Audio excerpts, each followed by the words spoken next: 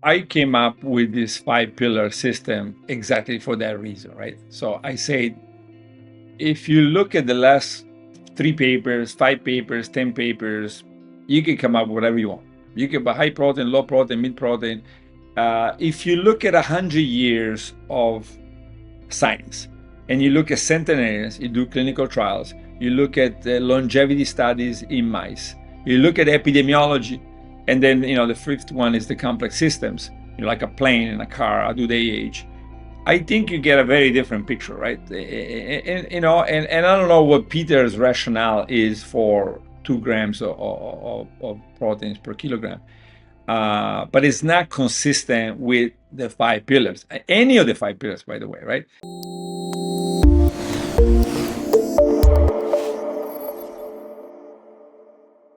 Today's guest is Dr. Valter Longo, one of the world's leading experts on longevity, fasting, and nutrition. Dr. Longo is the Edna M. Jones Professor of Gerontology and Biological Sciences and Director of the Longevity Institute at the University of Southern California, Leonard Davis School of Gerontology, Los Angeles. It's one of the leading centers for research on aging and age-related diseases. His research has revolutionized our understanding of how diet affects aging and disease, leading to the development of the Fasting-Mimicking Diet, FMD, and the commercial version of it, Prolon.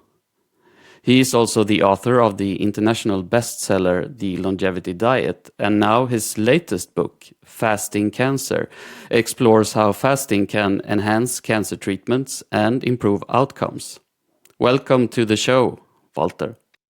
Well, thanks for having me. So you told me that you were in Italy now. What are you Yes. doing there? Are you there for family reasons or? My child was just born, so yeah. Oh, congratulations. Yeah, thank you. Congratulations. Was it a boy or a girl? Boy, Do you have a name? Adriano. Adriano. Okay. Is he named after Adriano Celentano? Dimmi che tu. No, I really, Celentano is a good guy. He's a good artist, very good artist. You originally, I mean, you said you're in Italy now, and your child has just been born, and it's a fantastic moment, I can imagine. But you live in the US and work in the US, and you originally wanted to be a musician, right? No, originally I was a musician. I wanted to be a famous one, and but then things didn't work out that way. So I went to Chicago first, and then Texas, and then Los Angeles. In Texas, actually, I studied music at the University of North Texas, a leading jazz place. But then, yeah, then I decided I wanted to study aging more than I wanted to study jazz and play rock. So my second year in college, I switched to biochemistry and just started immediately study aging. And so I don't know where it came from, but it was a passion that it was even stronger than music, and music was pretty strong in my case. What style did you play in? So the school was jazz, and jazz performance was my major, and but I was much more interested in rock, and so eventually I started a band in Los Angeles called DOT, and it went on for about 5 or 6 years and touring and all of that, but then at some point the professors in my department at UCLA were implying that I should either pick one, right? Then pick science or pick music. You can't do both. Probably a good idea, right? So yeah. DOT, what did that stand for? I mean, at the time it was like a silly moment, where bands, there was like the grunge area and the grunge moment, and so DOT stood for Department of Transportation, right? It made no Yes, sense. okay. It made no sense. But philosophically, to me, it meant a lot more. Philosophically, since you're a philosopher, to me it meant like, the point, right? The dot. It says everything and nothing, right? But then my band liked to explain it as Department of Transportation, but yeah, to me it was like everything and nothing. And who did you sound like? Did you sound like some other band? Yeah, I was very. No, we didn't sound like any other particular band, but we're certainly influenced by lots of bands from Seattle, and like Alice in Chain and Stone Temple Pilots and all these it's California and Oregon and Washington bands, and then all the European like the U2 and lots of other Pink Floyd. Yeah, so it was a mix between the English rock and the American new grunge rock, which was more, I think, had a different anger to it. Yeah. Can we find this on Spotify? I have the album, so at some point I need to load them, or yeah. So maybe I'll do it as part of my foundation fundraising effort. Yeah, but not yet. But I would try to do that. Yeah, if anybody wants to listen to it. It sounds very good. You come from a part of Italy where there's a lot of long-lived humans, right? Yeah, I mean it's a tricky story, right? Because I think unfortunately the story was presented in the wrong way, like Sardinia and Calabria and other areas are record longevity zones, or they're not, right? They're not. They just happen to have a lot of small villages that have just amazing longevity, and um, and so I think that probably what happened historically was that these villages had a genetic component that help the population get to a longer age. And then they added to it that old Mediterranean lifestyle. So that's a combination that worked. But if you look at Sardinia, it's not a long-lived area. And if you look at Calabria, it's got some of the worst profiles of diseases in Europe. So I think the story is different from what the world has heard. But now journalism is like that. You just people come up with things and they mix them and then at some point it becomes a reality that makes no sense. And then eventually, of course, some people started complaining and saying, these ideas that we hear. I mean, of course, Italy was historically long-lived, but been going down, and it's been going down because obesity in children and adults has been going up, and the quality of food is now departing from where it was. So now you're losing the genetic component. I mean, now of course in the whole country you don't have the genes that the little towns had, but now the country is also being, less exercise and more refined, more starches, more refined carbs, more ultra processed food, and more proteins, animal fat. Yeah, so that.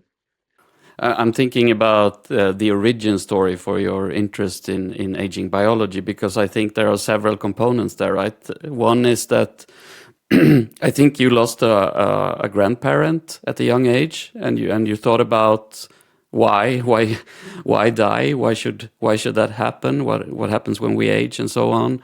And also that when you came to the US, you realized immediately that they ate in a completely different way, a completely different diet. Is it fair to say that those two things made a difference in your career path?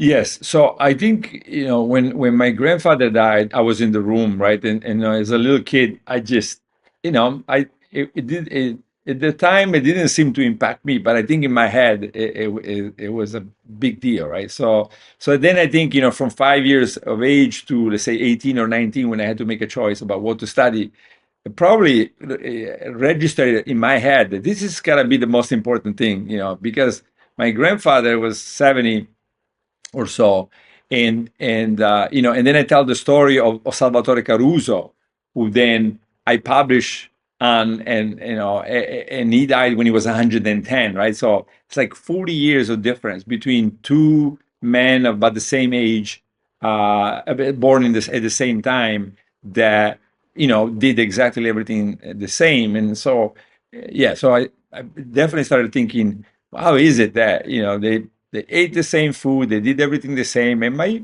family was relatively long lived, but he ended up dying 40 years earlier than Salvatore Caruso.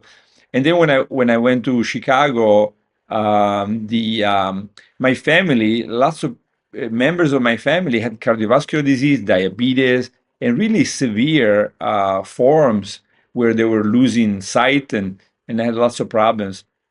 And I never remember anything like that from the same family in Italy.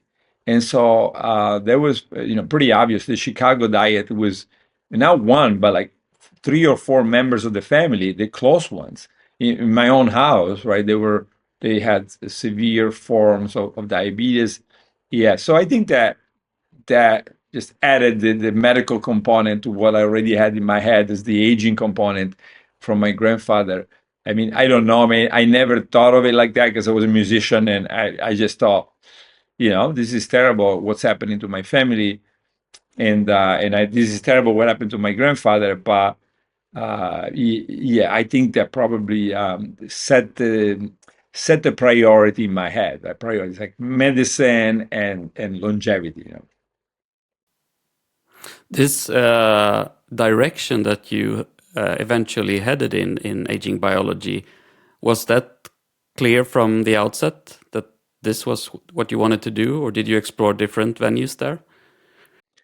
No, I was very sure when I was 18, 19 years old, I want to study aging, and even this choice of biochemistry, I thought, well, what do you do to study aging?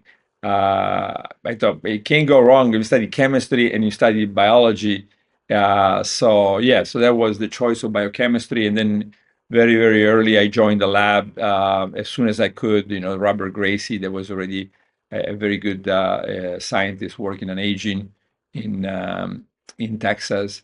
And in fact, I was so passionate about that, I would drive 30 miles each way. I forgot, maybe 3 times a week to go and work in the lab of Robert Gracie. Yeah, so it's pretty clear that's what I wanted to do, and just to me there was even music, even this dream of stadiums and all of that did not compare.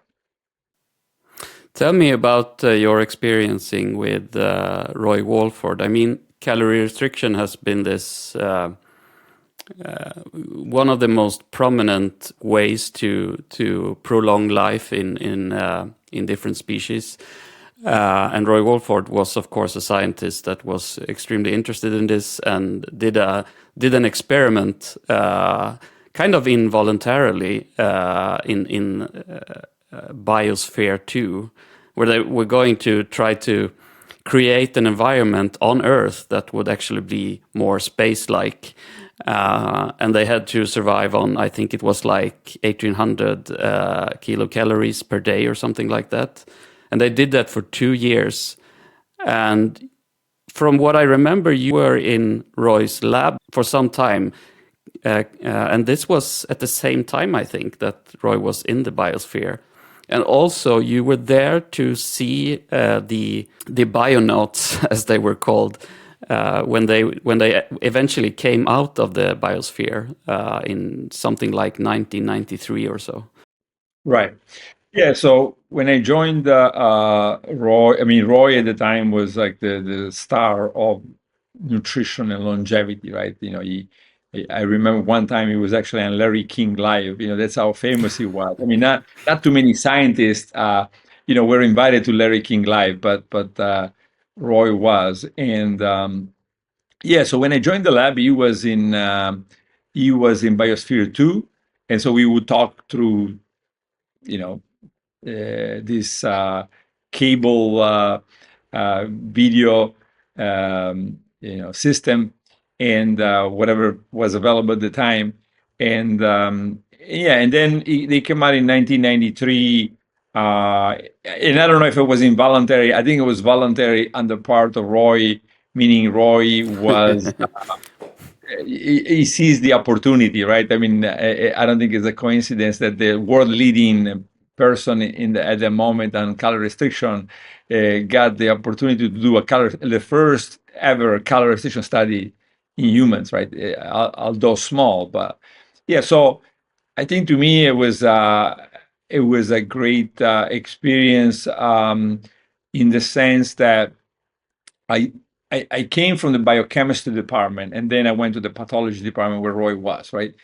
And the biochemists were like making fun of the pathology, like, yeah, this is like, this old stuff. And the pathologists were making fun of the biochemists. It's like, irrelevant to humans.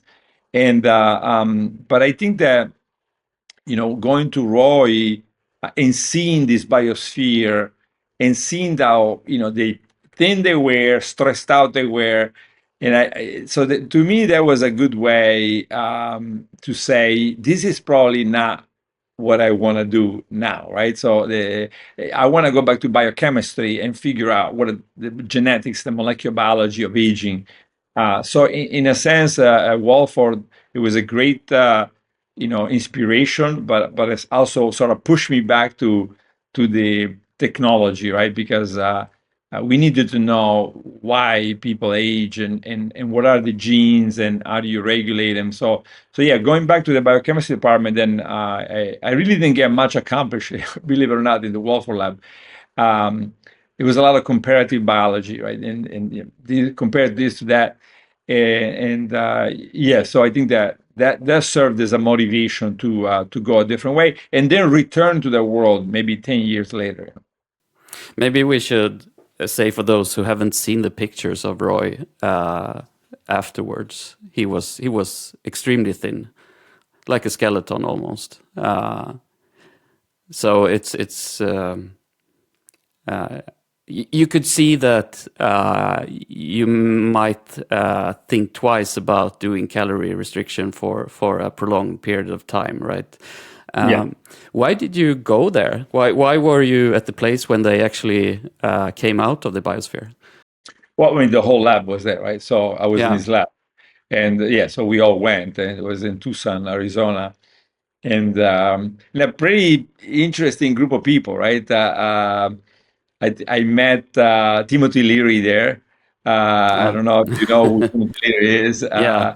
I'm sure Patrick does. And yeah, so Timothy Leary, I remember I was looking at a bee flying, and then this person comes up to me, and we start talking about the bee flight, right? It was Timothy Leary. So, and we had a long conversation about the bee, right? Only with Timothy Leary could I have an opportunity to spend 30 minutes talking about the flight of a bee.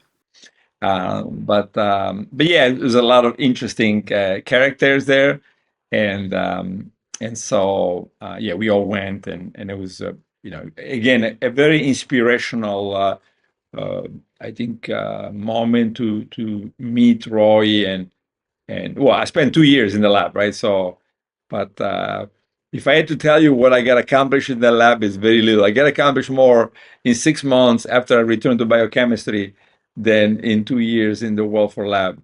But yeah, but it was great. But Roy Walford, he collected data on all the people in the sphere, right? Well, Yeah. did you look at that data, and what does it tell us? Yeah, I mean, I follow books and papers and everything about Walford, and so the paper did tell us that, what then other people found out in human much larger trials, like reduction in cholesterol, reduction in blood pressure, reduction in fasting glucose, lots of benefits, right? But when I started looking at carefully, then and also considering that Walford eventually developed a motor neuron disease, right? And I started thinking, so like, let's say cholesterol started with relatively healthy total cholesterol 185, and then it dropped to 125 after calorie restriction in the 8 people. Fasting glucose, I think, dropped to 60. So then you can look at it and say, this is extremely healthy, or you can look at it and say, maybe all this extreme lowering, even below the normal levels, are not so good, right? And so that's probably that was my lesson, right? So don't think that because everything is lower, that's necessarily better for you, because there may be a level, so cholesterol is involved in many functions, generating hormones, for example, right? So yeah, so then that was my lesson, right? Calorie restriction just on one side is incredible because it just tells you that you're never going to get diabetes. You're probably not going to get cardiovascular disease, or you're going to have less cardiovascular disease, you're going to have less cancer. And this was eventually shown by Richard Weindruck, another member of the Walford lab before me, in the monkey study in University of Wisconsin, right? So they eventually did a lifelong study and showed and demonstrated this. So, but the results were very, very similar to those that Walford has shown in 1990, after exiting Biosphere 2 in 1993. So yeah, so then the lesson was, this is as powerful as the humans have ever seen, right? But it's also as powerful against you as humans have ever seen. Why? Because it pushes your BMI or your body mass index to very low. You lose a lot of muscle mass. You now probably the immune system is getting, in some senses it may stay young, but it's also compromised because it has to save energy. Yeah, so I think it was a big lesson of yes, I need to figure out all the good things, right? How do you get prevention of diabetes, cancer, cardiovascular disease, etc.? But how to avoid all these problems, right? Including the feasibility. I mean, who's going to do that, right? Who's going to only Walford? And in fact, if you look at the charts, he's the one that by far lost the most weight. I think everybody else was cheating, right? And yet it worked. But I think that Walford was the only one that did it the right way, and maybe he paid the price for doing it the right way. But were they cheating, or was it just difficult to produce enough food and get calories? I think both, right? It was difficult to produce food and get calories, but they were probably also cheating, and meaning like they were eating more than they should have. They may have food stashed away, and so yeah, there were some issues. But in general, I mean, the results are very clear. I mean, it's very impressive drops of all these risk factors for diseases, right? So even though they were cheating, they were doing a lot of it, and in both, because the interesting thing, which I then used for the fasting-mimicking diet later, they were not, I mean, theoretically, calorie restriction is not about changing composition of the food, right? But Walford, who knew better, he was doing both. He was like changing composition and diet restriction, right? But I think that was a mistake, right? It was a mistake because, let's say vegan, I didn't know, because at the time there's really little known about biochemistry and the biology of food responses. And but for example, by eating a mostly vegan diet, now the amino acids in some, like say, legumes are extremely low, and it could have potentially paid the price of having a low protein diet, or a relatively low protein diet, and a lot of the amino acids coming from plant-based sources, and so becoming severely deficient in certain essential amino acids. Mm. Yeah, we should say that Roy Walford, I think he died in 2004. And I mean, originally he was the author behind the book Maximum Lifespan, and he openly spoke about being 120 and beyond. And I think he lived to. Do you remember how old he was, Walter? He was 74 or something like that, 76. Yeah. Yeah. and he died of he had a ALS, but we don't know. I mean, we can speculate that the experiment had something to do with it, but I guess we don't know that, right? Yeah, and it was funny because the New York Times featured both me and Walford with the title something like, "You want to live very long? Don't listen to these scientists. Don't listen to these dead scientists, right?" And so I mean, yeah, leave it to the New York Times. And so so I started. They started with me. I'm still alive, right? But they're predicting that I'll die early, and then they went to Walford and picked and chose all the ones that were conveniently dying earlier. To me, it was very upsetting because, of course, if you are a scientist like that, you need to take chances, right? You don't get to say, well, okay, let me just do, all the things that already, I'm sure they're going to work. So Walford took a chance, right? And maybe he got it wrong, right? So, probably got it wrong. But yeah, so that's what the article in the New York Times should have been about. That you could have gone the safe way. You could have been on the Mediterranean diet. You knew that, right? You knew he was taking a chance by going much more extreme. And yeah, so that's what makes a scientist a scientist. And but anyway, so So when you left the Walford lab, you said you got more accomplished in 6 months than in the 2 years previous. I mean, the calorie restriction field has served as a platform for your for what you did next, right? So tell us about that time afterwards. Yeah, so I mean, we knew from calorie restriction that certainly you could take mice and rats and lots of species and you restricted them by 20, 30, 40%. And without changing diet composition, and they live longer, a lot longer, and they're much healthier.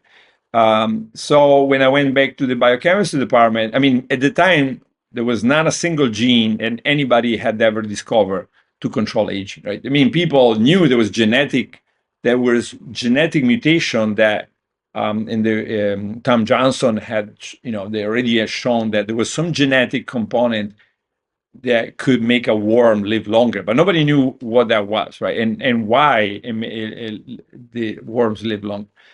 So in the biochemistry department, I started working. I went back to yeast, even a single cell organism, much simpler than the worm, right? And so the opportunity there was to use genetics, biochemistry, but also UCLA was great because I had all these people that were making these mutants for other reasons, right? So we had hundreds of mutants. So it would have taken somebody 20 years to come up with all these mutations and mutants. So I had all these things available, and I had the experience from Walford on nutrition. So I started connecting the dots, right? Say, okay, maybe it's the nutrient that control the genes that control aging.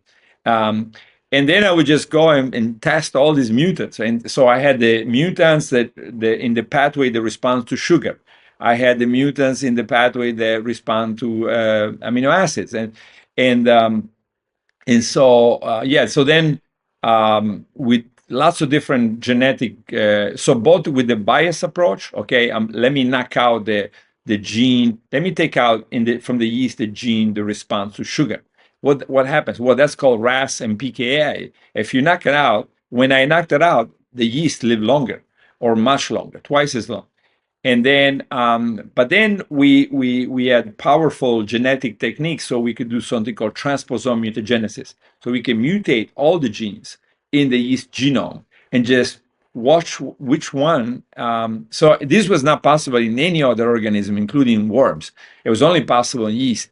And so in what came out was the TOR cis-kinase pathway, which eventually would turn out to be the most famous to now pathway in aging.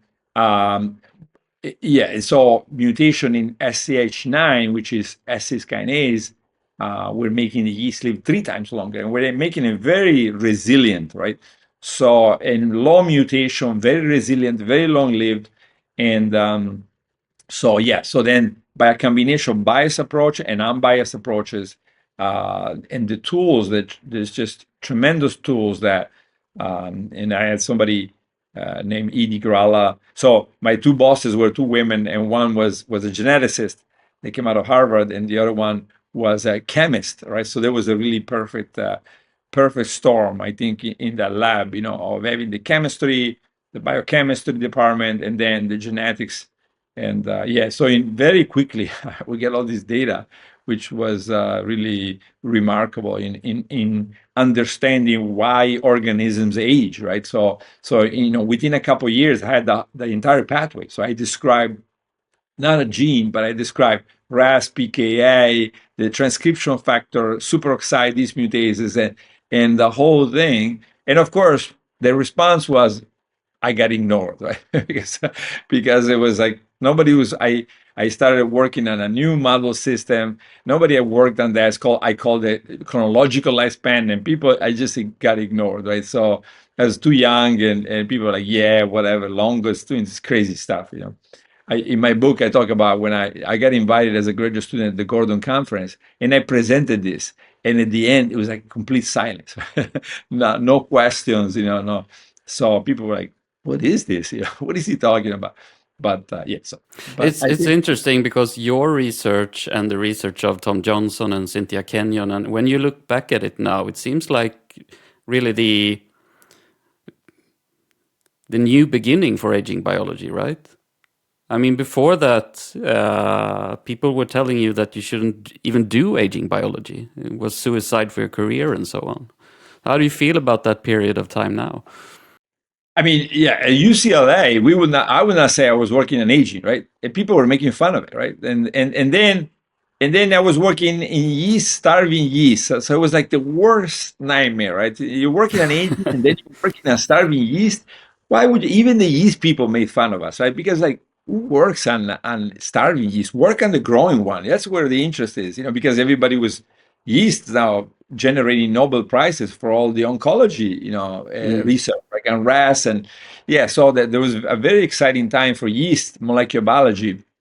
But starving yeast, no, that was stupid, and so it was bad. But I think that it was also great. But later, it was rewarded. So luckily, I eventually published all of this. In fact, I published it in Science, right, in the leading science journal in the U.S. So I think it just took a long time. It took from '94 when I had data to 2001 to publish that paper. I mean, remember the original paper? It just got bounced back from every journal. Like it started with PNAS 2 or 3 years, and they rejected it. And then it just so.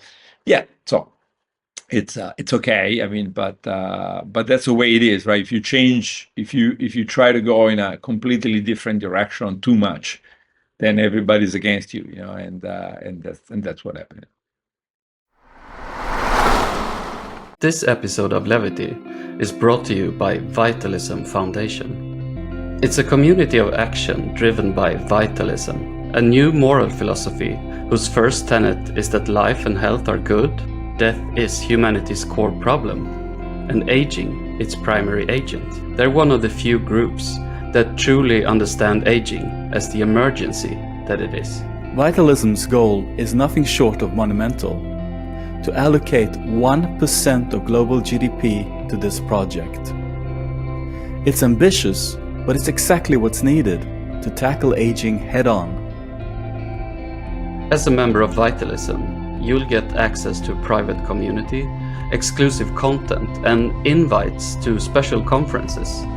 Plus, you'll receive insider prices on longevity wellness services from Vitalism's mission-aligned partners. But more than that, you will be supporting a mission that's too important to leave to others to tackle. You should really join us. Follow the link in the description below. For a limited time, you get 30% off forever. Just use the promo code LEVITY at checkout. Again, that's 30% off forever with the promo code LEVITY. Let's make a difference together. How did you go from your research there to creating the fasting mimicking diet? Yeah, so the fasting-mimicking diet first was a hit me that because we were working on RAS, right? And RAS is in a mutated form in so many cancers, and it's one of the major oncogene mutation, right? And so it just hit me that if by protecting a cell, you need to shut down these RAS and other oncogenic pathways. Um, it hit me that this was may have been the only way to distinguish all cancer cells from all normal cells, right? So that you starve, and this we showed it in yeast, right? You starve the yeast, and then it becomes protected, but it does not become protected if it has an oncogenic mutation in it, right? So and so this is all cancers virtually, like in one way or another, they have something that is stuck on the pro-growth mode. Yeah, so that's how I got started, and and then fairly quickly realized that it was working. If I start, the cancer cells will go one way and the normal cells will go the other way. And this was very consistent because it was a fundamental property of cells. It was not really based on an observation. It was based on theory, right? So it was a theoretical calculation. And yeah, so then we went all the way to a clinical trial pretty quickly, by the way, right? From 2005 to maybe the first trial being assembled in 2010. And then we did the first trial on water-only fasting at Norris Cancer Center in Los Angeles, and this was, I think it was bladder cancer patients, and maybe bladder and lung, I forgot, and but the patient didn't want to do fasting. They didn't want to do water-only fasting. So, and the oncologists were worried. I mean, at the time, everybody was being worried about a half a day or a 1 day of water only fasting. So now we're talking about 3 days and 4 days and 5 days, and they just scared everybody. Yeah. So then we applied to the government, to the NIH, for developing a fasting mimicking diet, and the NIH agreed.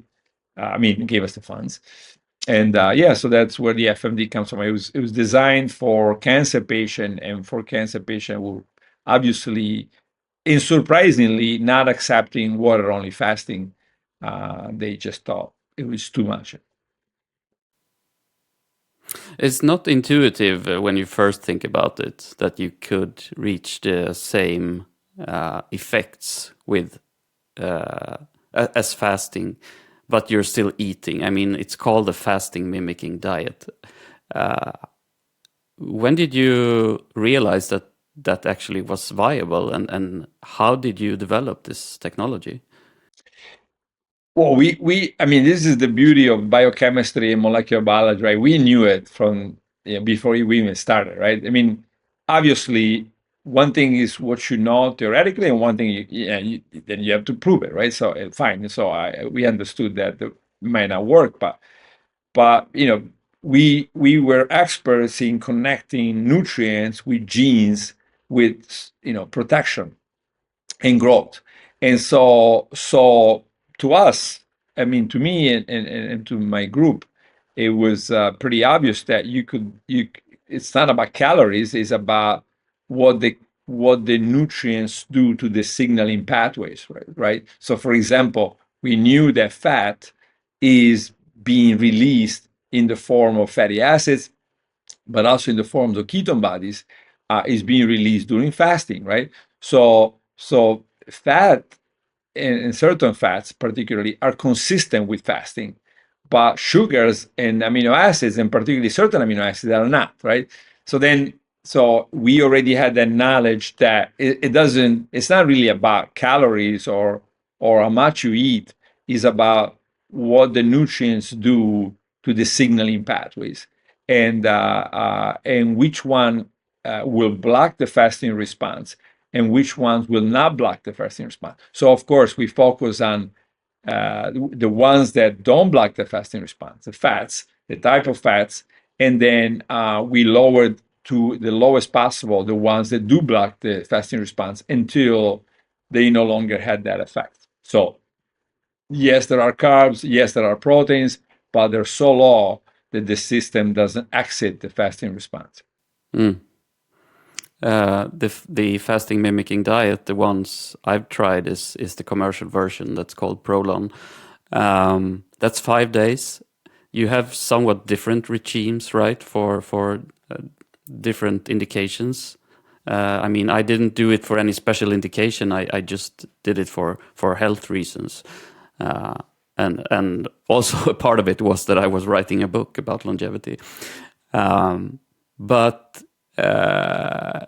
why is it 5 days, and how did you arrive at how to compose this regimen?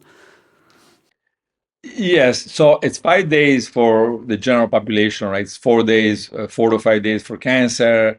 For some autoimmunity studies, it's been 7 days, different calorie composition. But for the general population, I wanted to get the full, I mean, eventually we've shown, so in the first phase, we talked about it, but in the second phase, we started showing multi-system regeneration, reprogramming, stem cell activation. And so to get that, the mouse, the rat, and now we're starting to get evidence from people, the organs have to shrink, right? And then they have to expand. And so 5 days is long enough where you start seeing shrinking of different systems, right? And it's a slight shrink. I mean, it's not it's very far from where it could get, right? For example, Ansel Keys in these semi-starvation studies in the 50s and 60s has shown that in some patients, the heart during starvation will be reduced by 40%, 41%. To then re-expand. And that was really, one of the reasons for going into this. Could it be that when they re-expand, they use the developmental programs that are used by, during the development, so the fetus and the baby uses the same factors and the same pathways to generate organ or expand organs, right? And so then if you do, if you, up to, and then there is something else called autophagy, right? So now to get to autophagy, and now we're showing this clinically, and to get to the shrinking and the re-expansion, you need, let's say, at least 5 days, right? And anything less than that, you're really not going to see much of autophagy or much of shrinking. And then if you don't get that, you don't get the expansion. And then there's also the feasibility factor, the safety factor. So 5 days, we felt it was safe enough for people to do it, considering the 800 to 1100 kilocalories per day contained in the fasting-mimicking diet. And also was feasible. And most people, say start on a Sunday, end on a Friday, and you're done with it. So that was the rationale. Also, we wanted to. It's very difficult for people the first 2 or 3 days until they get into a ketogenesis state, right? Until the fat starts breaking down into ketone bodies and fatty acids, and then that becomes the fuel of lots of the system, right? In that moment, most people start not being as hungry anymore, right? So we didn't want to stop it earlier because of all the things I said, but also because we wanted to give people a couple of days where it's becoming more effective, but also less difficult to do. And then finally, this is how complicated it is. We did not want to get entry into what's called thrifty mode. So eventually, if you restrict yourself enough, and this is another thing about calorie restriction that came out much later, if you restrict for long enough, your metabolism slows down, even past the energy, even past the weight loss. So you say you lose 10% of your weight, your metabolism, and this was shown in multiple papers, might slow down by 20%. So now you enter this energy saving mode because the system is worried, the force of natural selection is basically pushing you to not consume energy because you may be in trouble, right? The food is consistently low. So yeah, that's another thing we're trying to avoid. We're trying to avoid going so long that there may be something called epigenetic changes, and these epigenetic changes now gives a long-term signal, which could last years, to save energy, right? And that's a big problem, right? And this is why people improvise out there, and if you improvise, you're gonna a lot of people get hurt from the improvisation, right? Because they might, I mean, like, we're probably talking hundreds of millions of people in the world that calorie restrict, and they have no idea they're gonna enter this thrifty mode, right? And that's the people that they'll say, I'm not eating anything, and I still can't lose weight, right? Yeah, well, okay, then you've entered this mode, and this mode may be associated with lethargy and might be associated with lots of, hibernation-like symptoms, right? Why? Because that's exactly what happens to the grizzly bears in North America, right? They go into hibernation, and but they don't move much in the hibernation period, So That's really interesting, because I mean, on the one hand, you get told that if you want to lose weight, I mean, your energy balance must be in such a way that your expense is bigger than what you take in, right? But on the other hand, if you do it too severe, I guess you might not have you might not succeed. So how should one think about that? Yeah. So the body has different mechanisms and different energy expenditure modality, right? So the balance is true, but at some point you can modify the energy expenditure, and then less calories does not mean less fat, right? Less calorie may mean more fat. So then that you have to avoid giving that signal to the system, so that you don't. So let's say, for example, if you were hibernating, right? If you're hibernating and you're eating calories, you're gonna store it, right? And because you're not burning anything, so just because you take in less calories does not mean that you're not gonna store those calories, because the body has ways to save energy for obvious reasons. Like, imagine that the power of the force of natural selection in protecting you from starving to death. This is, had to be one of the most common, ways to die, right? For the great majority of our history. So this is not a minor thing. This is a very powerful and precise mechanism to save your life, right?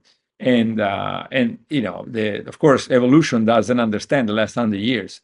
Evolution is based on 3 billion years. So the last 100 years are irrelevant, right? So now you just eat too much. Okay, you're gonna have a problem. If you don't understand that those 3 billion years, then you're gonna have a problem. Is it possible to offset that lowering of your metabolism? I mean, hibernating animals, they are asleep, or so to speak. But could you offset that with exercise, for example? Well,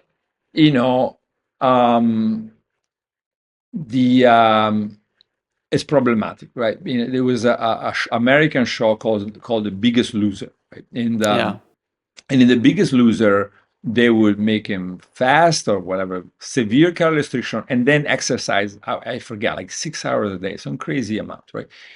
And hey, sure enough, it worked. But then I think it was JAMA paper, I forgot, a couple of years later, I say, let me show you what happened to the participant of the show, right? They all had regained the weight. And so then you could exercise your way, and this is what Coca-Cola used to used to preach, right? So yeah, it's okay. You can drink sugary beverages and then just exercise your way to health. Well, it doesn't work, right? It doesn't work. Or even if it does work for a while, like in this participant of the show, eventually you're not going to be able to do 6 hours a day of exercise, and that's when you're going to regain the weight. So what we do our teams do in the foundation clinics is to follow the patients for years, and try to get them out of this thrifty mode, right? And so that's why the short FMD, the longevity diet, the nourishment, yes, the exercise, the physical activity. So eventually, I think most people will be fine, but it takes a couple of years, and it cannot be extreme, right? It cannot be, okay, well, do 2 hours a day, because it has to be something that is so reasonable, so feasible, that the great majority of people say, yeah, come on. So for example, we're against the 16 hours of fasting per day, for efficacy reason, but also for safety reason, and and the other thing, of course, is feasibility. If you tell somebody 12 hours, right, you eat 8 a.m. to 8 p.m., yeah, most people will do that and can keep that. If you tell people, I mean, again, 16 hours, I think is too much for efficacy and safety. But it's also harder on people, right? So now you have to go 8 to 4 p.m., right? And then you gotta stop eating, or what most people do is skip breakfast. So that's not feasible, and that's not good, by the way, to tell somebody to skip breakfast. So yeah, so then I think it's important to put it all together in this like more sophisticated psychology / molecular biology / physiology / medicine modality, rather than just eat less or exercise 2 hours a day. I mean, it's just, again, media, they love to talk about the same things over and over and over, like, more exercise, or ultra processed foods, and not really look at the problem, right? So it's more like the story, the headline, than solving a problem. And hey, not surprisingly, 75% of Americans overweight and obese, 50% of Italians, 60% of Europeans. It's such a failure that it's just unbelievable, right? It's like, who's in charge, right? Why don't they get fired, right? Because it's, I mean, if it was anything else, they would have gotten fired 30 years ago, right? It's for 40 years, right? We're getting worse and worse and worse, and nobody's doing anything, right? It's crazy. But what is the reason for this increase in obesity? Well, I call it Un-conspired Conspiracy, right? So what does it mean? I think it means that food companies make money, and most of the food out there is good food. There's nothing wrong with lots of the food that causes the problem. It's just people eat too much of it, right? And so in Italy I call it the 5 Ps: pasta, pane, pizza, patate, and proteine. So bread, pasta, pizza, potatoes, and proteins, right? So there's nothing wrong with any of it, right? They're all very good. It's just that you get, like proteins, for example, all over the world, commercials, protein, protein, protein, protein. And now people, when they get asked, they think proteins is the healthiest thing you can. I mean, protein is the worst thing. High protein, animal protein is the worst thing you can do. And lots of people all over the world think it's the healthiest thing that they can take, right? And then the Mediterranean diet and words like that, and of course the Mediterranean diet allows all these P's, and people say, hey, this is relatively good for me, and they overeat, and all you gotta overeat is a couple of hundred calories, and even 100 calories a day, right? And it's very little, right? So 25 grams of carbohydrates eventually is going to cause a big problem. And then of course the pharmaceutical companies, hey, better to if you have people that are obese and overweight, as more diseases, as more GLP-1 receptor agonist, is more cardiovascular. I mean, it's a big business, right? And again, I don't think anybody sat down and saying let's make people sick, but nobody wants to sit down and say, come on, this is easy, right? I mean, we know what to do. You just got to do it, We've seen a terrible rise in obesity, and you're saying people eat too much of the food, but you were not so critical against the food. I mean, there's this discussion about ultra processed food, etc., and that it's the very composition of the food that's problematic for people, not just that they eat too much. What do you think about that? Yeah, no, I don't think. In fact, in the book, in my book, I talk about eat more, right? And so, and I compare, right? Big dish that was typical of Southern Italy, this minestrone. It's a lot of food, right? And yet, calorie-wise, is normal calorie. It's not low calorie. It's normal calorie. It's very high nutrients, relatively low protein, but sufficient protein, right? So, yeah. So I think eat more of the right food, and I think that the weight regulation follows, right? And but people are now not doing that anymore, and so they eat for too long, and they eat the wrong type of food. So a lot of starches, and then a lot of animal protein, a lot of animal fat. And then yeah, you throw the ultra processed food, and you throw the exercise, the reduction in exercise in there, and then you have the perfect storm, right? So it's just hitting from all kinds of direction, and that's what I was saying earlier. The way to fix it is like saying we want to educate our children, and but we don't want to build schools, and we don't want to train teachers, right? We just want them to become educated, and so we got books, and we got it never happened, right? So and it doesn't matter, it could be 1920 or it could be 2025. It's not going to happen, right? So I mean, eventually maybe artificial intelligence will come up with some way to teach in a different way. But certainly, yeah. So for lifestyle, we need the same, right? We need the schools, we need the teachers, right? I mean, the schools doesn't need to be like you go to school, like an adult is going to go to school every day. It just means that we need to reimburse a team of people, healthcare professionals that know how to help you and how to guide you to the point of like, where do I buy this food that you're telling me about? And I mean, there should be somebody that says, I tell you where to buy, and I tell you where to buy it for this price, right? So that you can afford it. Or I tell you how to get it to your home, how to cook it. That's the school we need. It's not a physical school. It's a digital school, but there's gotta be a person there and a team that strategizes and say, okay, well, we'll check on you a month from now. Let's see what you did, how you change, and then until you're healthy, and then you don't need that team anymore, or maybe you need it once a year. So this lifestyle medicine team, it's just non-existent, and it's non-existent in large part because nobody wants it to exist, right? Because too much money. I mean, we've seen the lesson with the tobacco many years ago, and so if we thought that doesn't work like that, yeah, it does, right? And if there's enough money behind it, the people will start saying, it's okay, right? Treat it with a drug, right? Hey, somebody's obese, somebody's got diabetes, give them a drug, yeah. No, I mean, that's not it, right? You gotta get them off drugs. That's what the system should be focused on, not give them another drug. Yeah, I was just going to say, I mean, since you're active in the United States, so what do you think about the MAHA, Make America Healthy Again, and that conversation started by RFK?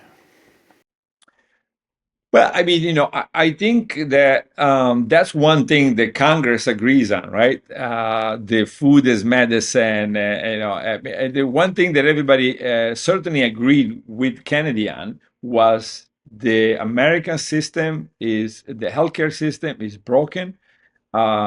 It's not working. We have in the U.S. By far the most expensive. Almost 20% of GDP goes in healthcare.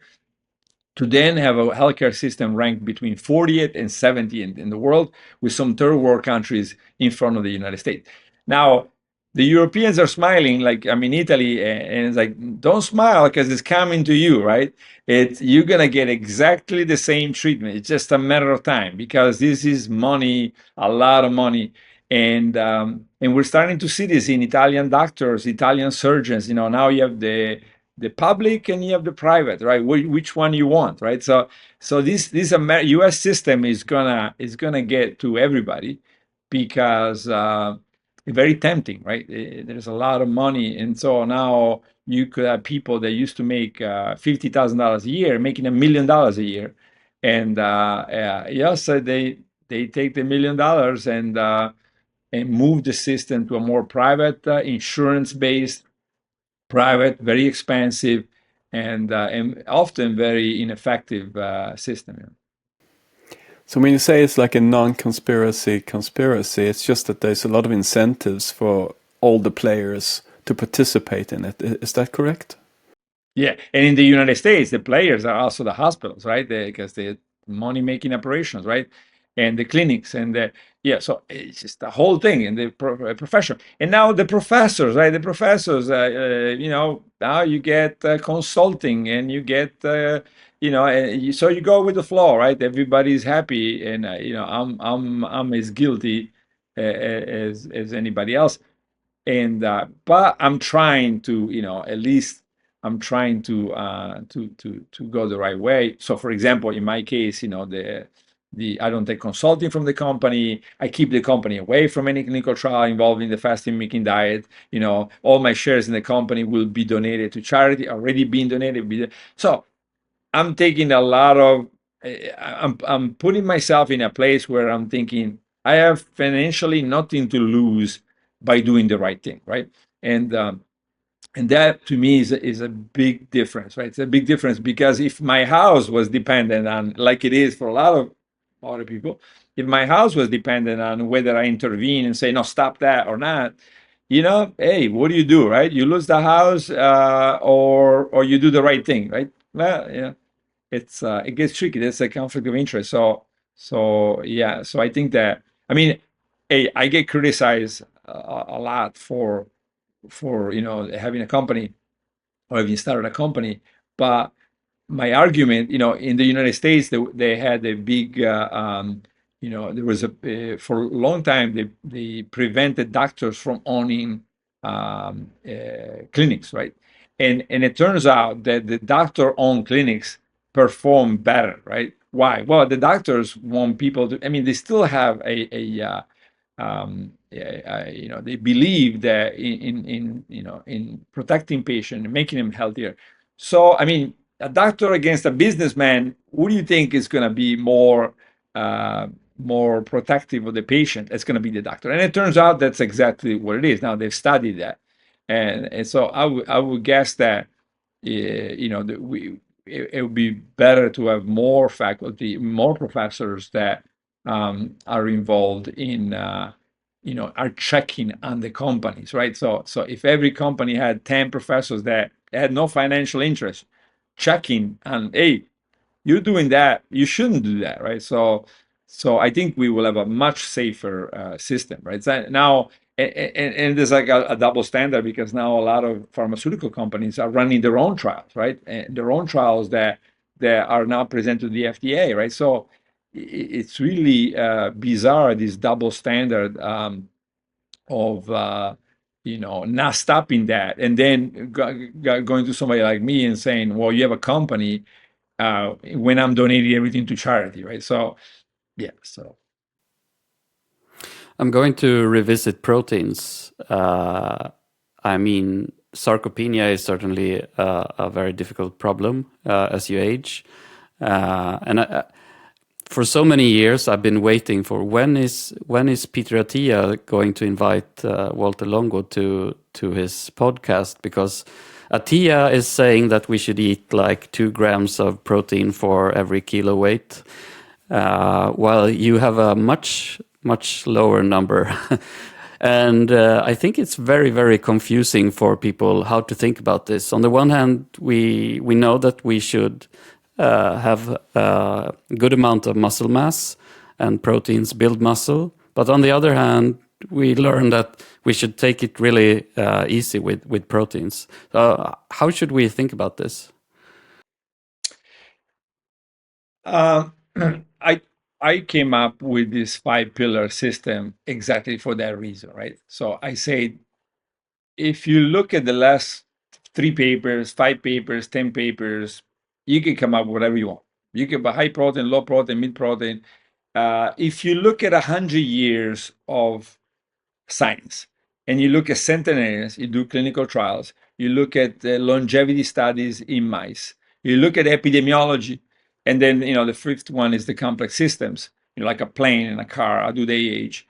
I think you get a very different picture, right? And I don't know what Peter's rationale is for 2 grams of proteins per kilogram. But it's not consistent with the 5 pillars, any of the 5 pillars, by the way, right? If you look at epidemiology over and over and over, you get, including our own studies with the enhanced database, you get low protein until 65, a little bit moderate protein intake after 65, good quality of the protein. And this is true for our studies, for the Harvard studies. So epidemiology is generally supportive of a low but sufficient protein diet.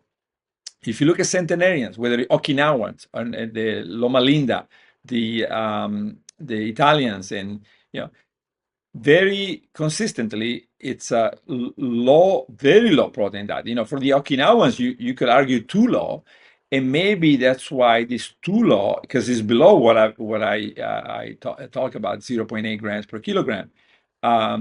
Now the Southern Europeans are frail, right? They have about twice the frailty that you guys have in Northern Europe, or certainly higher frailty compared to Northern Europe. And so then obviously you have to keep that in mind, right? So you have to say, hey, there's good and bad about, like Walford, right? There's good and bad about calorie restriction, right? There's a good anti-aging, and it's bad because you went too far, right? So don't go too far. So which one is not too far? So all the pillars are very consistent with that. So mice, I mean, hey, there's got to be 100 studies showing low protein, very low methionine. That's the only macronutrient manipulation to extend the lifespan very consistently. Right? If you keep calories the same, probably the only way to make a mouse and a rat live longer is to have a protein restriction. Right? So it's on and on and on. And so at some point you get to the, like, hey, and most a medical association around the world will say 0.8 grams of good quality protein per kilogram is perfectly fine, right? So now you're arguing with just an incredible amount of data. And what are you arguing with? With very little, very little data, right? And in favor of grams per kilogram. So you have to go with this multi-pillar science, very solid, very safe, because the centenarians, like, come on, how could they get with such a low? I mean, the Okinawans historically ate 0.9, is 9% of their calories came from protein, almost all vegan, right? 9%, almost all vegan. That's got to be about maybe 0.4, 0.5 grams per kilogram. So very low, right? And they had the record longevity for a long time in the world, right?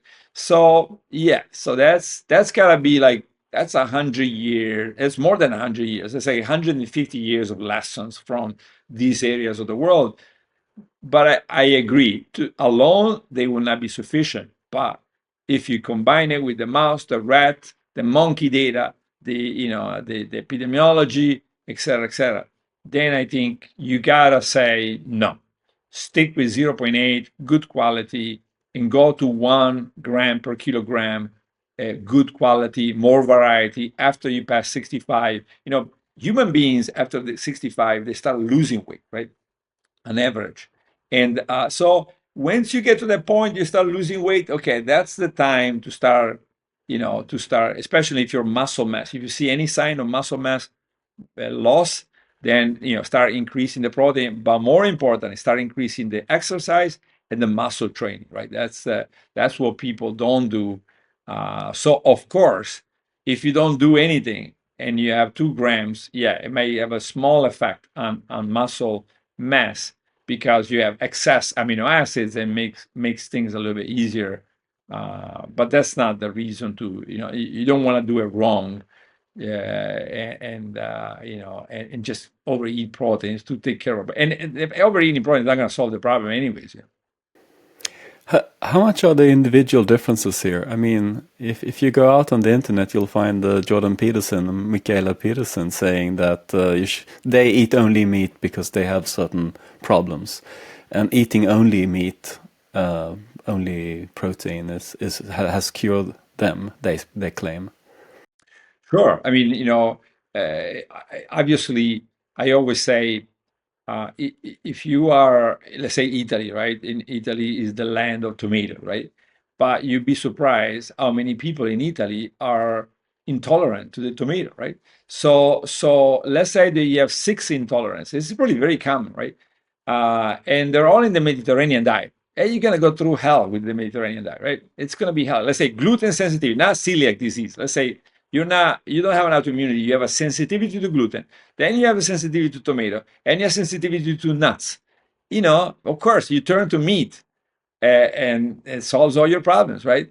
Yeah. So unfortunately, because of these words like Mediterranean diet or the Okinawan diet or whatever it is, instead of personalized that, diets that say, hey, yeah, meat solves your problem, but so would, going into a longevity diet that has very little meat and avoids all the things that bother you, right? And now you're not only going to eliminate the problem, but you're going to live a lot longer. And I mean, I'm not saying that, hey, there is a new paper that I love from Norway, showing, I think, a couple million people.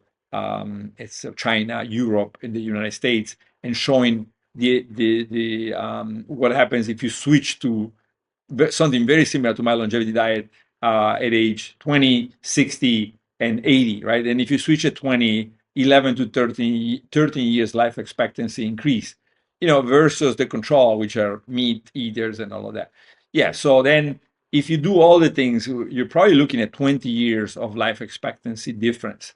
And now, yeah, could you get to long life with eating a lot of meat? I think probably yes, not as long as you could, but you could still live long. But then, the devil is in the details. So, what else are you eating? What else are you doing? So, are you eating grass-fed red meat? And are you eating then lots of other? So are you having a perfect diet other than the red meat, and where is the red meat coming from, right? So yeah, that doesn't mean that somebody eating a lot of red meat is going to necessarily live short, but that's probably enemy number one or two in the list of foods, including the Norwegian study, right? It said, red meat was the very top of what to avoid. What do you think are the worst fad diets out there? The least supported by science? I would say the worst, not because, but probably because of damage, it may be the ketogenic diet, right? The ketogenic diet, because a lot of people will do it for weight loss, is very popular, and then eventually they're going to regain the weight, a lot of them at least, and they're going to have problems, and they're going to live shorter, right? The data suggests that a low carb or very low carb diet is associated with shorter or much shorter lifespan. And yeah, so and ketogenic is very low carbohydrate, right? So that's why I don't want to say just low carb, because the Harvard studies will suggest that if you keep the carbs about 40%, which is low, but certainly not ketogenic, and it's mostly vegan based, that could be the best diet of all, right? So relatively low carb, vegan, and but not ketogenic. Yeah. I want to revisit autophagy. I mean, we've talked about calorie restriction here, and I guess a few questions around autophagy. What is autophagy? How do we measure autophagy? And why is calorie restriction not enough for autophagy? Why do we need something you call refeeding afterwards? Yeah, autophagy is essentially self-eating, right? So the cells, lots of cells in the body, facing a starvation period or a long fasting period, long enough as we talked about earlier, let's say 5 days, they start realizing that they need to eat, shrink the cells, right? Shrink the organs, shrink the cell, and in the process, hey, you don't want to throw anything away, so eat what you're removing, right? And now we're starting to see that maybe this removal is targeted, right? So you tend to target the worst first, and then the rest. So you measure it, but there are markers, the autophagy markers that are turned on, and it is ATGs, for example. Yeah, and so calorie restriction is really, you may get some autophagy early on, right? Because you do shrink. I mean, Walford lost a lot of weight when he calorie restricted. So that's an initial thing, but then it never happens again because you stay there, right? You stay there. So then there is no more autophagy because what are you going to shrink? I mean, you already shrunk. I mean, most of the people, males with calorie restriction, their BMI 18, 19, right? So they're, I'm BMI 23. So, I'm already considered very thin, and 19 is me minus 25 pounds, right? Which people would think, if I say I'm going Yeah. to lose 25 pounds, people say you crazy. So yeah. So then the refeeding, the shrinking and refeeding is what we see. So we just published like a paper on kidney, right? And kidney damage in the rat, and then the first 13 patients with kidney disease, right? So it's small trial. But in the rat, you see, so we damage the kidney. We did the same thing for the pancreas, for the gut, all right? So it just keeps on working. So we damage the kidney of the rat, and so now the kidneys are completely dysfunctional. And if you look at the cellular structure and the gene expression structure, which is at the beginning, it's a beautiful, two-dimensional pattern, and that disappears, right? So it means that you disrupted the normal function of almost all cells in the kidney. Then you start the fasting-mimicking diet, shrinking, re-expansion, and you start seeing these Yamanaka factors, right? These reprogramming factors being turned on, but it's just that they keep in different organs. They keep being different, and then you see all these developmental genes being turned on, right? So the system is shrinking, doing autophagy, but autophagy, we think it's just a small part of this regenerative effect. The big part is stem cell and reprogramming, right? So the cell is essentially turning on all these developmental genes and say, okay, we're going to rebuild whatever when it was damaged. So now you see this pattern being disrupted, and then you do the FMD, and it goes back to its original shape, right? It's almost magic, right? But it's not magic. It's of course, that organ, the kidney, as it was formed during development, the genes or the genetic program and epigenetic program knew exactly what to do, and it just goes back to work to redo. This is why to rebuild the organ. So this is why shrinking and re-expansion are necessary. And autophagy is just part of the shrinking part, right? It's part of like, let's take the building down, right? Or let's take parts of the building down. Let's strip the building. So then we can get the construction crew back out and rebuild it, right? If you don't take it down, all the damaged parts, it's very difficult to rebuild, right? So whether it's a cell or it's a building, and so that that's where autophagy goes to work, to set the stage for rebuilding the building. So interesting. I mean, there's a lot of talk about partial reprogramming now. A lot of the big biotech companies in long bio is doing things in partial reprogramming. But what you're describing sounds a little bit like that, but you're doing it through nutrition. Yeah, I think it's a much more sophisticated approach, right? Because it's 3 billion years old, right? In different ways. Autophagy started in bacteria billions of years ago, or in prokaryotes billions of years ago. And so, so this is very sophisticated, right? I always say, imagine if I want to biohack the repair of the skin after a cut, right? Say, okay, I just let it heal by itself, and you have to get there by biohacking. So add the factors, add the cells, and make it and match that. How long do you think it will take? Right?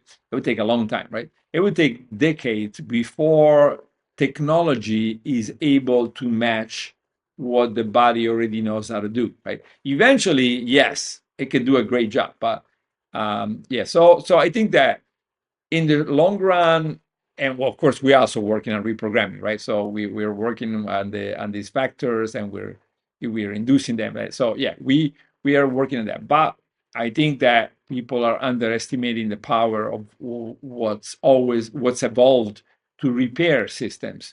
And but I think it's the work that Belmonte and others have done is very exciting, and I think it's great to go in that direction. I remember I wrote in my book that you told me that I might be one of the genetically lucky ones because I'm looking here at another screen now. I wrote that at position RS2764264 in the FOXO3 gene, I have a C instead of a T from one of my parents. Good. Yeah. What before, remember when I talk about yeast, MSM2, MSM4, these are the transcription factors that execute on the orders of the starvation genes, right? So starvation genes give the transcription factors in mammalian and worms is FOXO, in yeast is MSM2, MSM4, and they are the ones that have the job of, carrying out the orders. I call them the captains, right? So that you have a mutation that is probably making that FOXO more active. So no matter what the environment is, the message is keep on protecting you so that you can have a long life. Should we think about that mutation or variant as is it a mutation or variant? It could be a mutation, could be a variant. It depends how common it is and all the factors. Okay, but Either way, it's a change in one base. Yeah, that is changing your amino acid profile. And that change in one base in my genome, should I think about that as giving me some sort of calorie restriction mimetic here? Yeah, I mean, I don't know the whole story about your particular mutation, but Yeah. if that mutation is making, let's say, FOXO1 and FOXO3 more active, constitutively active, right? Yeah, then that could be a calorie restriction-like response that continues, right? So for example, that could contribute to protecting the DNA. That could contribute to repairing the DNA. That could contribute, say, FOXO1, for example, is known to participate in reprogramming of cells, and in the making, turning on the Yamanaka factors, for example, and turning on these embryonic developmental like genes. So then different transcription factors like yours, like the one in your case is mutated or it's got a different allele, they can contribute to protecting you constitutively, right? So keep protecting you, not just protecting, but I also contribute to continue to push regenerative processes. Now we know very little, so it's very speculative what we're saying now. But it's certainly, those that work on the centenarians that have your mutation, that's what they're speculating, that these could be the equivalent of the mutations that, or some of the effects of the mutation that we discovered in simple organisms. Yeah, I guess what, for example, Neil Barzilai with his supercentenarians has shown is that they didn't have the healthiest lifestyle, so it could be the genes that are protecting them, right? Yeah, I mean, and yeah, we've shown that with very clearly, now we could be, but it is with the Larons, right, of Ecuador. Yeah. And so if you look at the mouse that has the mammals that has a longevity extension record is the growth hormone deficient or growth hormone receptor deficient mouse, right? And this is work by Andrei Barkey and John Kopchik. And so we then, because we had the equivalent mutation in yeast, and they sort of showed the same in mice. Then we went to the people, and sure, the people that have growth hormone receptor deficiency in Ecuador, they're protected. They seem to be protected from diabetes, cancer, cognitive decline. Now, recently we published on neutral to improve cardiovascular disease. They have less plaques than their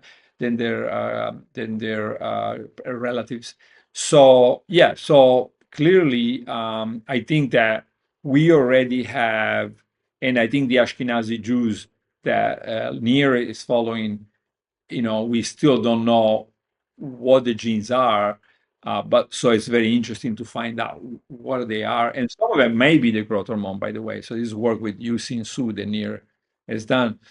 And but yeah, so that's interesting, but also we should keep in mind that some of this is already been established by, I don't know, 40 years of research.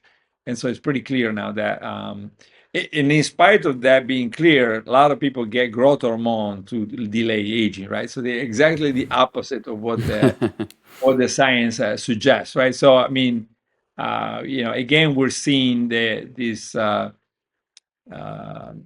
approach that it's not very scientific, being utilized by lots of doctors to temporarily making people feel younger. But I mean, growth hormone, doesn't it change some indicators in the direction towards what seems more normal for younger people, or? Yeah, I mean, it does, in the sense that you could feel younger better for a little bit. And then the question is kind of like if you think about insulin, right? So insulin, when it was discovered, it's a wonder drug, right? It makes the glucose enter the cells, and it helps in the functionality of the system. In the long run, it causes insulin resistance, and then it's hell, right? So yeah, lots of things can have short-term benefits, including proteins, let's say, and then very bad long-term effects, right? Yeah, so then we need to get both, right? You need to become younger, but not then become younger by giving up your 10, 15, 20 years of your life. We know that people that have acromegaly, for example, they have very high levels of growth hormone. They die very early, right? And we know that mice and rats that have high levels of growth hormone, they die very early, right? So we already know what happens if you have high levels of growth hormone. Yeah, now, of course, like we're seeing for GLP-1, is GLP-1 or growth hormone injection useful for some people? Absolutely, right? So some people just like bariatric surgery, right? Some people just cannot lose weight. They cannot, you know, they don't have an option, right? And then that's where the drug becomes important. And some people may be so frail And so, I mean, when they try everything, and growth hormone may, even though it may have long-term consequences, negative ones, it may be so important for that person that you got to do it. And everybody recognizes that, right? So nobody's saying that. The problem is that this is not the people that are receiving growth hormone. The people that are receiving growth hormone are the ones that could and should get back to full health in a different way.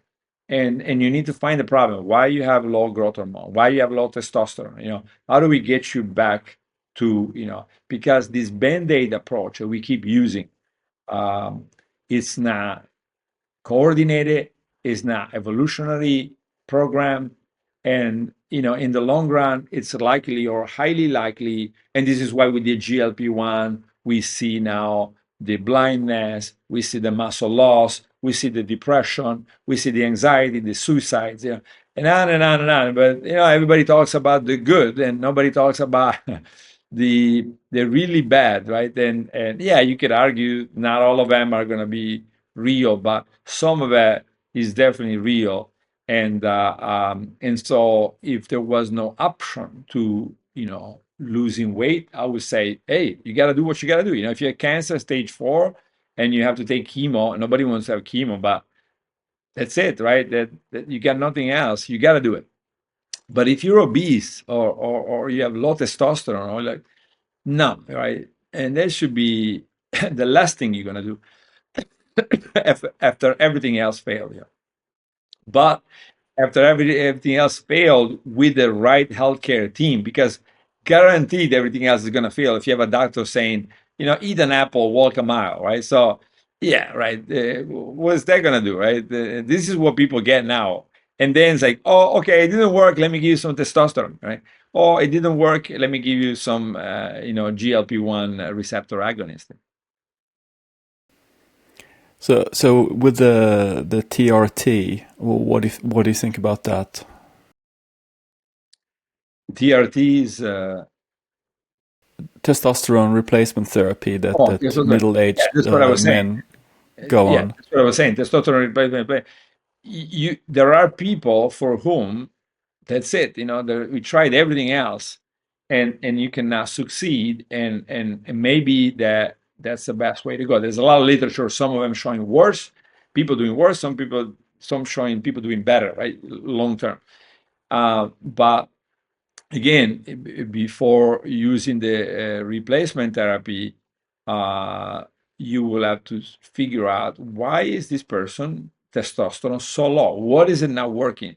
Is he or she, or is he not eating properly? Is he not exercising? Is there like a problem, a disease underlying underneath the problems? Yeah, so it will have to be digging for months and months and months, and then trying everything else. And then, but again, I mean, to do that, you need molecular biologists. You need people that you can't just say to a doctor is very busy. Oh, now figure out how to solve the problem. You have, it's very difficult, right? It's very difficult if you don't have that multidisciplinary team to figure out what may be wrong with a person causing low testosterone. I mean, their logic is, look, when I'm young, I have this level of testosterone, everything's working well. So now, when I'm older, I just have to keep the same level by supplementing. Yeah, no, and I understand that. But if you look at IGF-1, for example, insulin-like growth factor 1, when you're young, you have huge levels of IGF-1 because you're growing, right? And you're growing fast, and you have to have huge levels.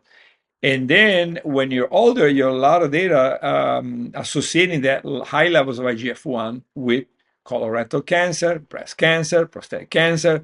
So yeah, I mean, you could do it. You may feel, a little bit younger with lots of these things, but the system is now not used to it, and evolution is not, it's not. There's nothing evolved that has high levels of IGF-1 or testosterone during old age. And so it's like saying, I'm gonna take an old car, beat up car, and put in brand new engine, right? Hey, yeah, for a while it's gonna work, right? And then what's gonna happen, right? The old car is not going to be able to handle the new engine, right? Well, obviously, because it goes too fast, it's too strong, and it accelerates too much. So there's all these old parts now facing this very young engine, and that's going to cause a problem. So yeah, I think that's generally the same. Now, hey, everything is possible, but if somebody showed that testosterone injection in a mouse, in a rat, make him live longer. If somebody showed that, the Have they tried that? epidemiologically, your high testosterone injection making everybody live 10 years longer. I mean, at some point, I would say, okay, looks good, right? But we have none of that, right? That very little, and the epidemiology of testosterone is very controversial. So one hasn't tried that yet. No, people Looked for have longevity tried, benefits. they've tried all kinds of, like DHEA, and I think all of them have failed, right? So you can even make a mouse live longer, right? And but you can make a mouse live longer with lots of different things, right? So that's what I'm saying. You focus on the things that, like protein restriction, for example, has very consistent effects, right? So yeah, forget the testosterone injection or the DHEA injection, uh, and focus on the things that are well established to make people live longer, healthier. I'm thinking about one thing here. If we go back a little bit to the people with the population in Ecuador with Laron syndrome, I guess it's often said that if you were to cure cancer, you would only get a few more years to live because you would die from some other disease. And from what I understand, the people with Laron syndrome, they don't live so much longer than anyone else. In fact, I think they might have a shorter lifespan than many other populations. So how should we think about this? No, they don't have. I mean, you cannot compare them to other population. You got to compare them with the people living in the same area, eating, having the same lifestyle, right? So, if anything, they have a longer lifespan than the relatives. Our data suggests that. We will have to go back, and it's not easy because you have so few, and you'll have to go back, say 100 years, and look at how each one has died, and yeah, so we haven't done that yet. But yeah, so I mean, the mice are clearly longer lived, no matter what background has been tried, and not only they're longer lived, they have record longevity, and this group is like, I mean, they have a terrible lifestyle, right? The smoking, drinking, no exercise, bad food. So, I mean, my guess is that we don't see this huge effect we see in mice because the mice are given, a standard diet. Now, when Barkey put the mice on a calorie restricted diet, the growth hormone deficient, they live twice as long, which is unbelievable, right? I mean, now you have mice living twice as long. So that would suggest that if we put the Ecuadorian population on a very healthy diet, now we might start seeing the 100-year-olds, right? Very consistently. But yeah, because they probably have okay medical care, and they have a terrible lifestyle. That's exact. I was expecting not seeing anything, and then we brought cardiologists, endocrinologists down there, and every time they look at their lifestyle, they say, "Come on, these guys are going to develop diabetes. They're going to die of cancer." But hey, we didn't see that, right? So that's already impressive that in spite of being overweight, obese, they don't get diabetes, In spite of being overweight, obese, they get a lot less cancer, right? So far we have 2 or 3 cancers after 50 years of observation, right? And again, when you look at them, they tend to live longer than their brothers and sisters, right? They don't have the homozygote mutation. So, like Pastorita, for example, she got to 80, 84, I forgot. And their brother died at 62, and another one died at, I forgot. But they were all dead by the time, before their 70s, I think, right? So, yeah, so Ecuador average life expectancy is much lower than that you will have in Europe, and but they seem to be, if anything, long-lived. So I guess there is hope for those who want to lead an unhealthy lifestyle and doesn't want to change their diet, that we could intervene and live a longer life.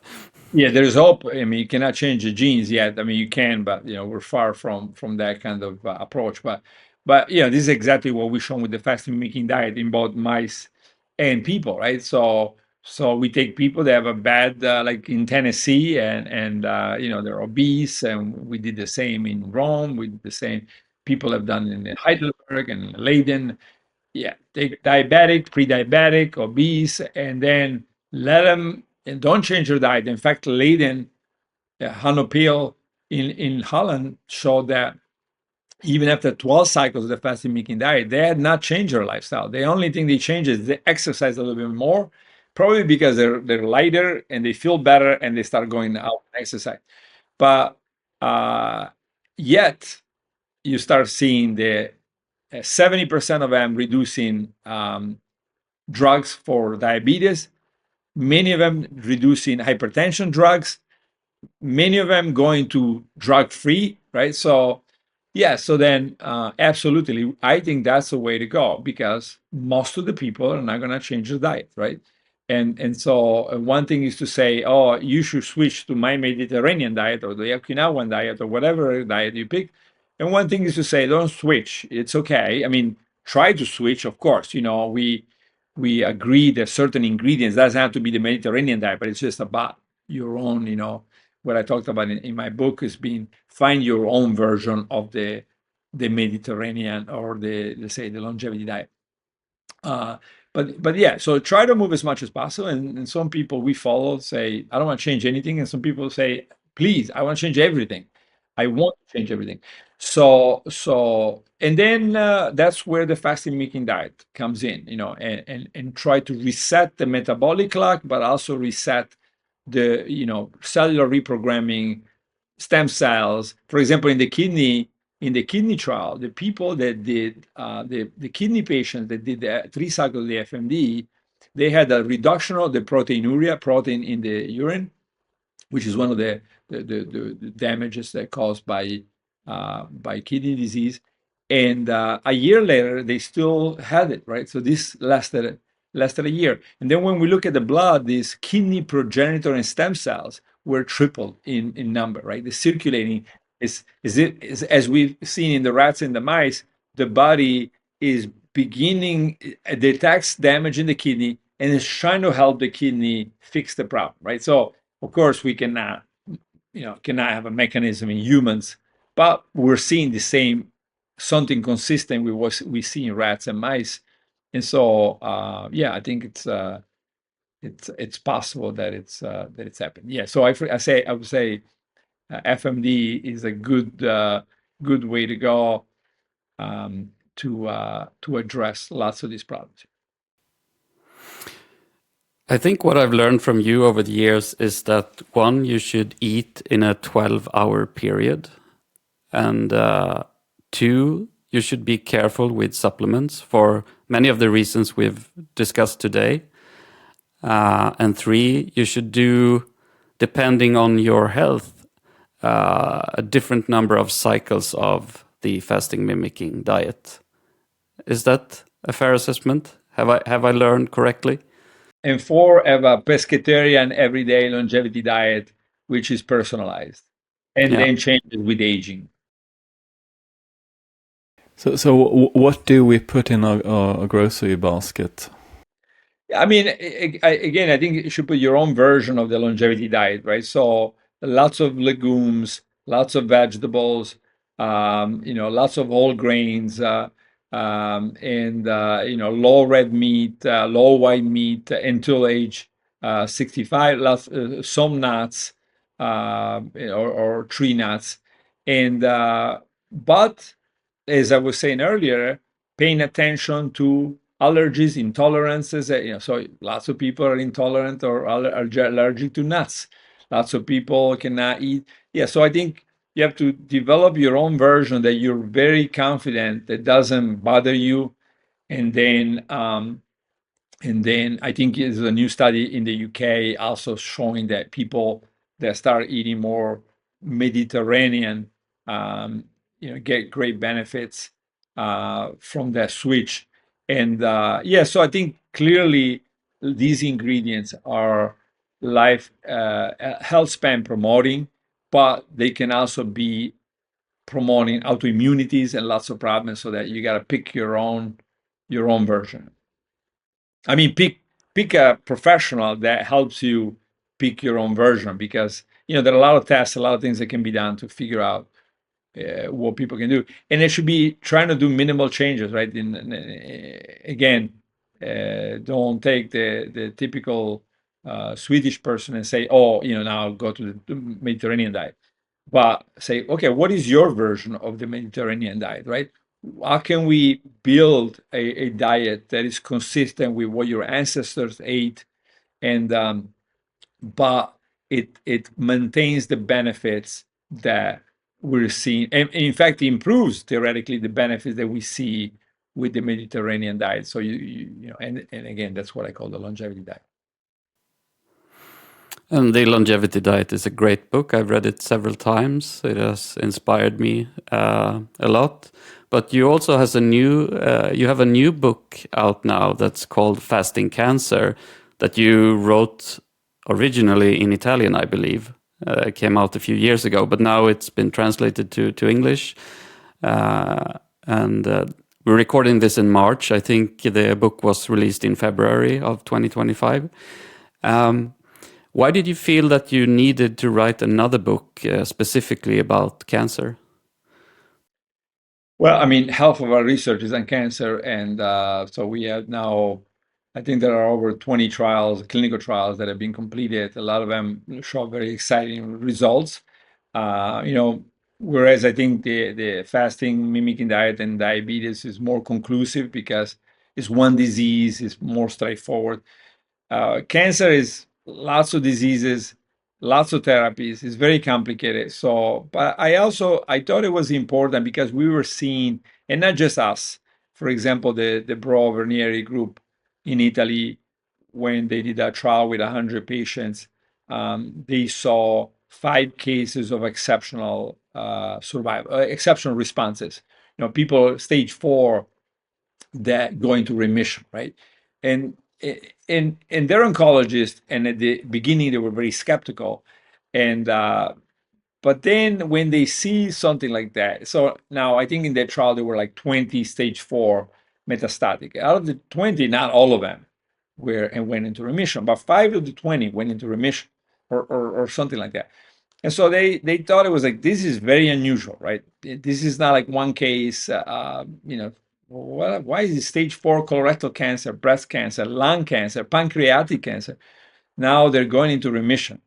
So yeah, so I think that's really the key reason for writing the book and saying, okay, it didn't work. It's not a miracle. It didn't work for everybody, but it did work for those 5 people, and they were in trouble. And it could work for you. And so I think work carefully with your oncologist, have the right team help you, and then when it's time and if it's time, now you have something that has been tested in many trials now. It seems to be very safe after a couple thousand patients have been going through informal clinical trials, and it could or could not make a big difference for you. And yeah, so yeah, if you consider the tens of millions of cancer patients in the world, you can see how it was important to get it out, and let the oncologist and the patient decide whether it's something that they want to do. What do you have left to achieve, Walter? What do you want to do next? Well, I would like to implement all of this, right? And I always say we're going to have two populations in the world. The ones that want to hear entertainment, and that's what they're going to get: entertainment, entertainers, and entertainment. Or the ones that say, okay, give me the 5 pillars, give me the team, give me the trained people, give me the multidisciplinary team, give me the people that make mistakes but don't make too many mistakes. Yeah, so I think that the implementation of that, in a portion of the population, right? That's what we're looking for. Like, however many millions can say, hey, I want to follow this system, right? And also have it out there and have it as not just as a book or as a podcast or whatever, but as with the foundation, have it as a service, right? Say, okay, because people always say, yeah, you talk about all these things, but then I go to my oncologist, I go to my endocrinologist, I go to my immunologist, and they're like, I don't know anything about it. I can't help you. So I think now we're in phase 2, and we're saying we're going to governments, and we're going both in Italy and the United States, and we're saying, come on, help us implement it, reimburse it, right? Have a system that everybody can have access. Let's train people to, so at USC, I started a registered dietitian program where we train people with this, right? So now we have hundreds of registered dietitians out there, being able to apply it to patient or help oncologist or physician apply it, right? Yeah. So I think that's the next 20 years, applying it so that people can live longer, healthier, in a realistic, serious, not this idea way that, oh, I have this pill, this never doesn't even make a mouse live longer, but I think it's going to make you live longer. Come on, so this is not the right way to do it. Do you have an idea of how much implementation there has been of this in oncology treatment? It's still small, but I think there was a survey from France that looked at how many people fasted, and it was in the low percentage, but it's big numbers. So it's a lot of people, and unfortunately, it's probably a lot of people that improvise, right? They do their own version. They come up.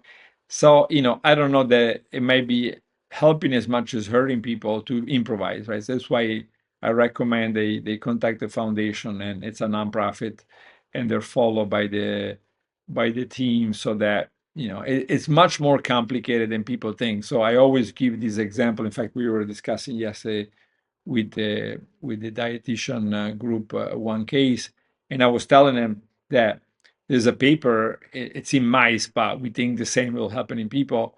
If you use, instead of this long fasting mimicking diet, you use alternate day fasting, right? So you go back and forth.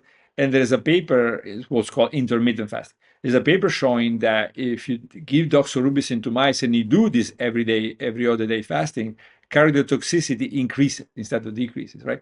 And so we've been predicting that for a long time, as we've been predicting the 16 hours of fasting is not good for you. And now we're starting to see the evidence for that, right? Why? Because now you're combining chemotherapy with refeeding, right? So if you have high chemotherapy in your body and you are now at this high proliferative modality, that's a bad combination, right? So you want to do chemotherapy and then have a couple of days go by before you refeed. Most of the chemotherapy is gone from the system, and then you start. But this is just an example of how we follow thousands of patients every year, and how we strategize with every. I mean, I don't follow anybody personally, but I help the team follow them, and we strategize on every patient to make sure that they don't encounter these problems.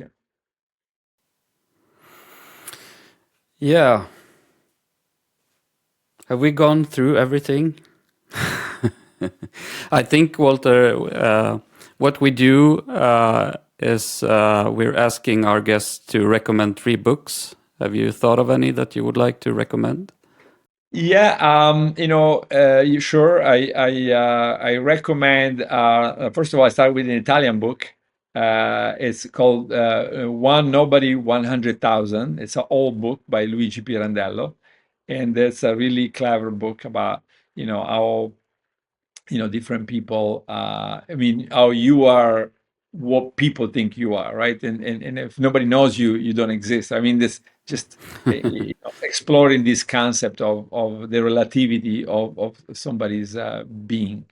And then, I mean, on the science side, the I really like the China study by Colin Campbell, and it was one of the first studies that looked at proteins and basically say maybe we're eating too much proteins. That's from a long time ago. I mean, I don't agree with everything in Colin's book, but I think that it was a nice study going after the basically proposing that too much protein is wrong, doing it in many different ways. And then the third one is it's called Morning and John Foss or yeah, the Norwegian Nobel Prize winner. Yeah. Morning and evenings. I forget now. I just read it. I thought it was a great book about memory loss and this isolated world and living in this world between reality and distorted memories. John Foss. Yes. Yeah. Thank you so much, Walter, for taking the time to talk to us today. And best of luck with everything in the future. Thank you. It was a real pleasure and very enlightening to meet you. Pleasure. Now I understand why. I read Peter's book a couple of times, and he refers to your work, and he basically says it's a jungle out there when it comes to advice, and he trusts you, and I can see why. And I think I trust you too, and I'll follow your advice. Well, thank you. Thank you.